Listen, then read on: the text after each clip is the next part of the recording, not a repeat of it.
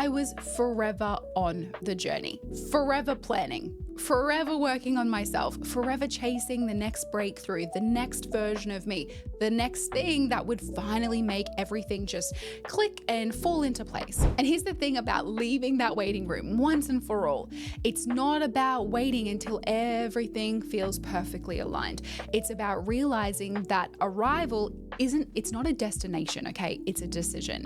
You don't arrive when everything's perfect. You arrive the moment you stop waiting for permission to live your next chapter. And that gets to be now. I'm your host, Lauren, and together, let's explore what it really means to embrace authenticity in a world that often values conformity. If you've ever felt the pull to challenge the status quo or deepen your connection to self, you're in the right place. Welcome back to another episode of Not So Status Quo. I'd actually been preparing to talk to you about a completely different topic this week, but I could not get a post that I made on my Instagram stories out of my head. I was laying in bed late one night reflecting when I wrote it, and after the same concept came up in a few client sessions after that, I felt like it really did need a longer conversation.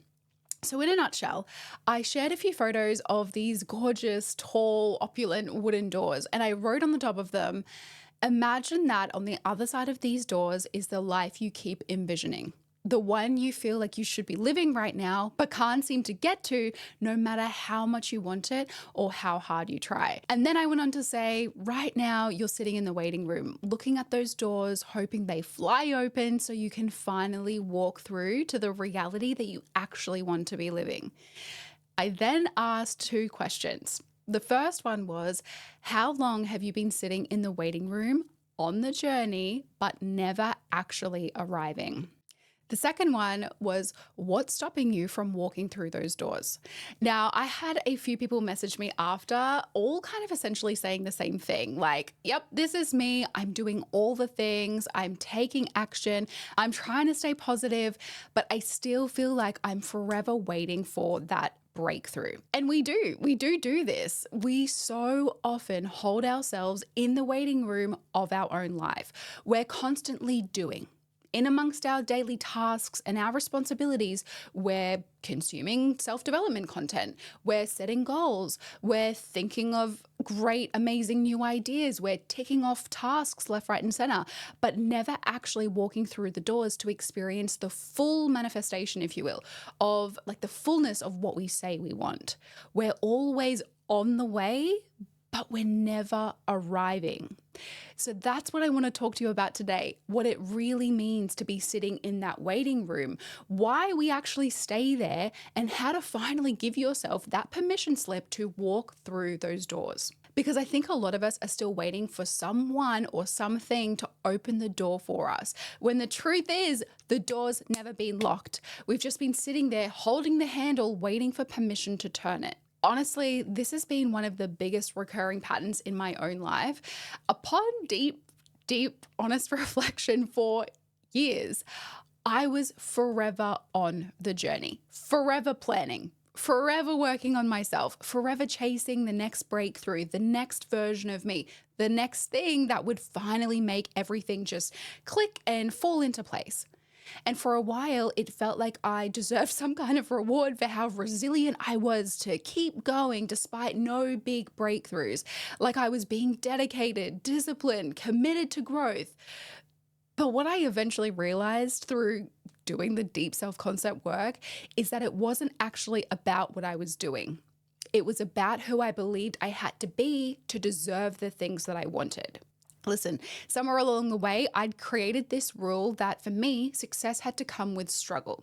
It was a long, hard journey. That if I wanted the business, the money, the lifestyle, the peace, I'd need to earn it through effort and hustle and long hours and proving myself to be worthy because I'd done all of those things. And that rule became my internal operating system. So even when I was saying, I'm so ready, I'm ready, I wasn't actually letting myself receive, because subconsciously I decided that ease equaled unworthiness, not for other people, for me. That if something came too soon or too easily that I hadn't worked hard enough for, it wouldn't be mine. And because of that, I kept my desires at arm's length. I made success a future destination. instead of something that was able to be my present identity. And it's so obvious when you start to see that pattern, when you realize that it's you that's been pressing pause this whole time. And then if you're anything like me, you start asking all these questions like, why am I afraid of having it now? Why does it always have to be later? Why do I trust struggle more than having a consistent feeling of fulfillment or satisfaction? Knowing what I know about the brain, for a lot of us, it's because on the journey and sitting in that waiting room, it feels safe, mainly because it's familiar. And our brain loves familiar because familiar is more predictable, which means a greater chance of survival. It's innately wired for survival. And let's be real, being on the journey is also more socially acceptable. Everyone is cheering for the woman who's hustling and busy and working on herself. But what actually happens when the work actually starts to work and she's thriving and well-resourced and things are easy or easier? So it's no surprise that when you're called to step into that version of you who doesn't need the struggle anymore, the one who simply allows things to flow, that's when the fear kicks in. Because let's be real, arrival changes things. It asks more of you. It means visibility and responsibility, higher standards, new boundaries, and a deeper level of self-trust. And even though your conscious mind says, I want all of that, like, please give it to me, I'm so ready, your subconscious is saying, nope, this is too risky. So you stay in the waiting room, even though you really want what's waiting on the other side of those doors. But the waiting room is desirable though, right? Because you can dream there, you can prepare there, you can plan and control your timeline there, you can convince yourself that you're making progress because you're always doing something, you're always busy. But here's the issue. You've mistaken movement for momentum. You're always so busy, you're productive, but you're not actually progressing. And listen, you're clearly not particularly lazy or an unmotivated person. So what the hell is the problem? Again, it's because your subconscious is trying to protect you. It's saying, let's stay here a little longer where it's familiar, where we know the rules. But let's talk big picture. You can't live in the waiting room. You can decorate it. You can optimize it, you can make it look beautiful and productive, but it's still a holding pattern. I know because I set up camp there too. So if you've been sitting there for a while feeling like life keeps putting you on pause, this is your reminder. You're not stuck waiting there because life's making you wait. You're still there because on some level, it's the place you've chosen to stay. All right? The key word is chosen. And look, for each of us, the reasons are going to be different. For some, it's going to be fear of what might change once the doors actually open. For others, it's uncertainty, an identity conflict, maybe a worthiness piece, or just the comfort of the familiar. So the first step is noticing that you're actually in the waiting room at all, recognizing that this is actually what's happening. And the second step is asking yourself, if I really want what I say I want, what's keeping me here? What belief or fear or story is stopping me from standing up, turning that handle, and walking through the doors? I bet once you see that, you will literally reclaim your power and choose differently. And let's be clear, because I know you guys are all busy, leaving the waiting room doesn't require another plan or more doing, more things. It just requires awareness, some honest self-reflection, and some honest self-inquiry, and the decision to actually arrive. So let's unpack a little more about why we do this, why we keep ourselves sitting in the waiting room, even when we say we're ready to walk through the doors. Because most of us aren't consciously choosing to stay there. It's not like we wake up in the morning and say, you know what? I think I'm just going to delay my dream life for another year. No, that is literally the opposite of what we wake up feeling. We wake up with a big sense of frustration that it's not happening. It's happening at a much deeper level than that. There's a kind of subconscious programming running in the background. We talk about this often on this show, and this subconscious programming is trying to protect us, like we've said. And even though it might sound counterintuitive, the protective energy is often what's holding us back from arriving. For some of us, it's fear of success. That might sound strange, but think about it. We spend so long trying to get to the next level, but when we imagine actually being there, everything that would come with that it can start to feel a little daunting, a little confronting, because it might mean more visibility and more responsibility, more expectations, more change. Your life would look different. You would look different. People might perceive you or treat you different. And sometimes that difference, even if it's everything you said you really wanted, it feels unsafe to your subconscious. It's worth also acknowledging that success isn't just about gaining something, it's all about losing what's familiar. And like I mentioned earlier, the mind loves familiarity more than it loves expansion. Then there's the fear of loss. The part of you that worries, maybe when I finally get it, what if I lose it? It's maybe a voice inside that's saying it's safer to keep wanting it than to risk having it and watching it disappear. So you stay in the waiting room, protecting yourself from disappointment before it can even happen. You're self-sabotaging before you can even experience the greatness of your manifestation. Another layer is the fear of rejection, because when you grow, you inevitably outgrow things. You will outgrow people, environments that you're in, habits, routines, ways of thinking. And for many of us, belonging feels safer than becoming. We don't want to lose our connection to the people who know us as we were. So we tone ourselves down and delay our next level and stay relatable to what's familiar. But staying relatable to your past self will always cost you connection to your future one. Then there's the identity mismatch. This is a really big one. It's when your conscious mind says, I want to be that version of me. So whatever that is that you're trying to call in. But your subconscious still identifies as the woman before you've had this dream, the one that you are now. So even though you might be affirming and like saying the affirmations, visualizing the vision boards, doing all of this inner work, your internal settings are still programmed to maintain what's known. So you need to understand that your subconscious doesn't respond to your goals, it responds to your identity. And if your identity hasn't caught up yet, you'll keep defaulting back to your current level, no matter how much you want to move forward. And finally, there's worthiness. That underlying question of, do I really even deserve this? Am I capable of even getting what I want? And if I do, will I even be able to keep it?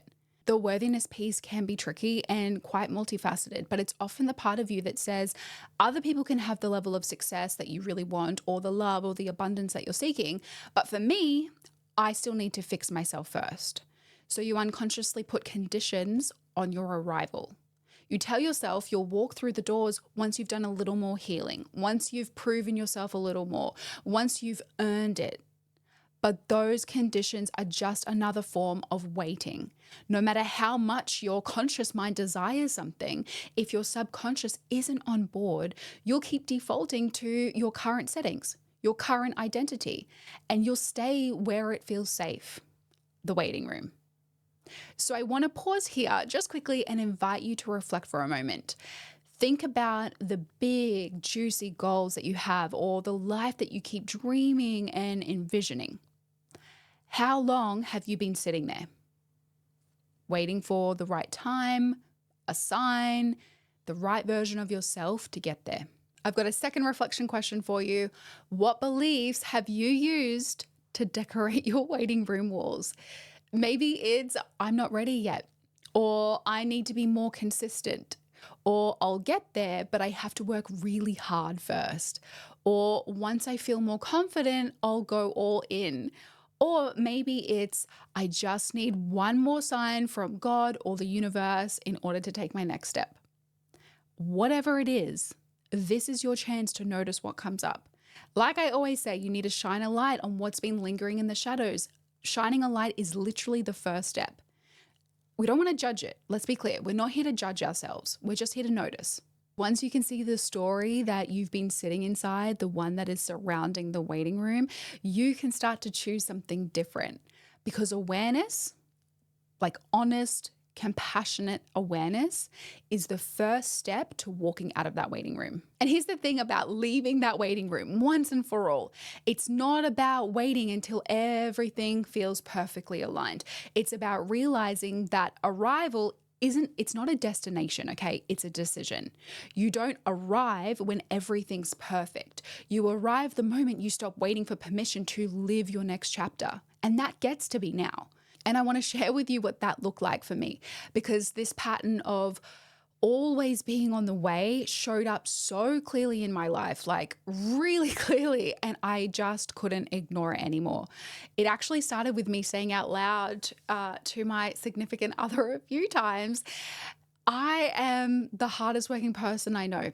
I have so much to offer. I'm doing the work, I'm putting in the hours, but I'm literally moving at snail's pace.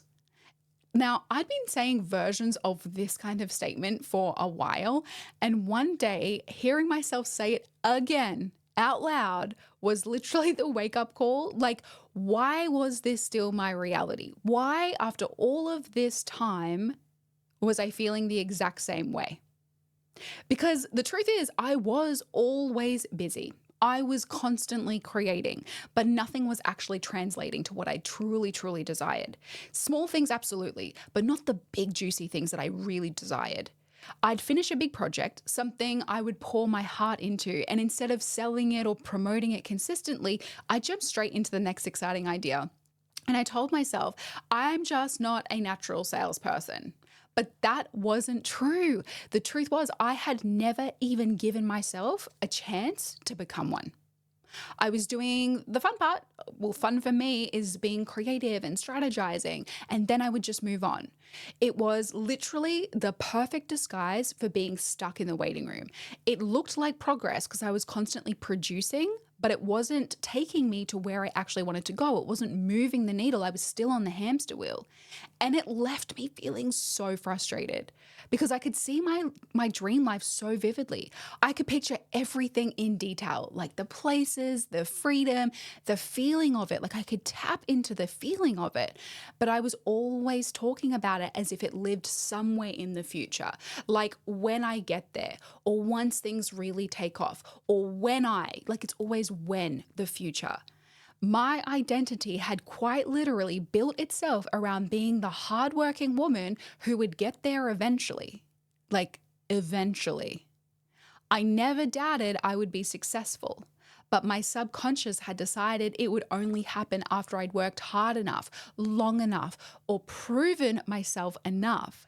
And that belief became my operating system. It was my default. When I started doing deeper self-concept work, it actually was shocking how many previously unidentified rules I'd created for myself about success and money in particular. I really didn't think I had money blocks. And if you've listened to the money block episode, you have heard the story around this. But literally, of course, I had money blocks. I had this checklist in my head I had to do or become before I could receive at the level that I desired. So even though consciously I was saying, I'm so ready now, my subconscious had categorized that desire under someday. And once I saw that, I started noticing how the same pattern existed everywhere, honestly, like to varying degrees in my business, my goals, even relationships. I was always preparing, always improving, never allowing myself to arrive and to receive. Now, again, shining the light, naming it was the first step in really disarming it. The moment I could say, okay, I'm in the waiting room again, it really lost a lot of its power. I could see the really sneaky ways it showed up in my words, my actions, even my thoughts. And now, whenever I notice it creeping back in, I consciously remove myself from the energy by reframing it. I'll literally say to myself, no, I'm not waiting for that. I'm choosing to live it now. And that's really the necessary energetic shift that you need to change. It's deciding to embody the woman who already has what she wants, even in small, everyday, little ways. It doesn't have to be the full manifestation, because even small elements, it means that you've arrived. So for me, that looked like following through, not just when the creative juices are flowing, but all the way through to the part that really builds results. It's in how I speak about money. No longer avoiding my bank account. I used to always avoid checking my bank account, even though I knew money was there. And when I do check it, I check it with gratitude.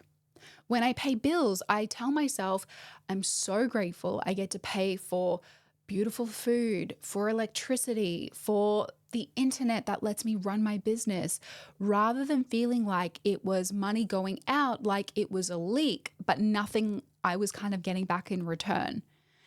This is arrival energy. It's showing up as the woman who already is, not the woman who is still trying. So if you're listening to this and wondering how to start leaving your own waiting room, here's a few things that really helped me. So the first one was start showing up from your arrival energy and not this aspiring energy. So you can ask yourself here, what would the version of me who already has this do today? And then do that, like even in the small ways. Really, we're consuming so much content. It's now time for this embodiment piece. The second thing that you can do is stop waiting to feel ready, because readiness is literally a decision. It is not a feeling that you're going to have. You don't get confidence before you take a leap. You build it while you're literally already in motion. The third you can do is really audit your language. Notice how often you use words like someday, when, once I. Those phrases will keep your dreams like pushed in the future. So you really want to shift them to the present, like I'm building, I'm experiencing, I'm allowing. A fourth thing that I really encourage you to do is to celebrate your micro arrivals. Please don't wait for the really big moment of the huge arrival or the full unfolding of your manifestation to validate your progress. Even small signs of alignment, like every movement you follow through with, every decision that feels expansive, that is you literally walking closer to that door. Leaving the waiting room isn't about doing something really dramatic or having everything just unfold at once. It is literally about reclaiming your agency, realizing that you can turn the handle anytime you want. And every time you show up as the woman who's already arrived, the door opens a little bit wider. Now, before we wrap up, I want to say this. Self-concept and identity work will quite literally change your life. It is the missing piece of the puzzle for so many of us. Because when you are busy and you are juggling all your responsibilities, you're doing inner work, you're trying to stay consistent, you're moving through the motions, it's really, really easy to miss the why behind the patterns that keep showing up. You can't see what is really running the show when you're always in motion, you're always in the thick of it. But when you pause long enough to look at who you believe you are and what you've decided is possible for you, that's when everything starts to really make sense. This work has been so transformative, not just for me, but it's for my clients. Like, I can't emphasize enough how game-changing this is. And this is why I created the Mindset Upgrade Kit. I know a lot of you might not be ready or interested in one-on-one mentoring, but it doesn't mean that you shouldn't have the tools that will seriously up-level your life. The other thing that I wanted to do in terms of making the Mindset Upgrade Kit accessible is making it something that you could actually really easily apply and easily understand, something that you could do without getting lost in really complicated theories or endless journaling. It really is super simple, and I've structured it in a particular way that's giving you visual diagrams and exercises that are really going to help you understand everything and see yourself clearly. Now, the feedback that I've been receiving has been so affirming. Women telling me they finally understand what's been keeping them stuck. And not just that, I've literally also started getting secondary feedback about how their lives have actually changed since applying a lot of the things that they've uncovered in the Mindset Upgrade Kit. So if you've been resonating with this episode, if you can feel that you've been sitting in your own waiting room knowing there's something more for you, I know you know that there's something more for you, but you're just not sure what the next step is, this is the perfect next step. Listen, I wanted to make this super accessible so you can grab it for $47 and literally start everything today. No more waiting. You do not wait for next year. You do not wait for someday. It can start today. All right, now this is what I want you to remember. You've been sitting in the waiting room of your life hoping someone would call your name and open the door, but that door has never been locked. It's just been waiting for you to turn the handle. You don't have to earn your arrival. You just have to stop waiting for permission to experience it. So today, I really want to encourage you to take one small arrival action, something that represents you stepping out of that waiting room. It could be as simple as sending a message or an email to someone that you've been putting off. Maybe it's launching an idea that you've been sitting on for a while. updating your mindset, or choosing a thought that matches the reality that you actually want to live in. My friend, every time you do, you're saying, I've already arrived. So I'm going to leave you with an affirmation and also another reflection prompt. Okay, the affirmation is, I am no longer waiting for my dream life. I am living it in every decision that I make.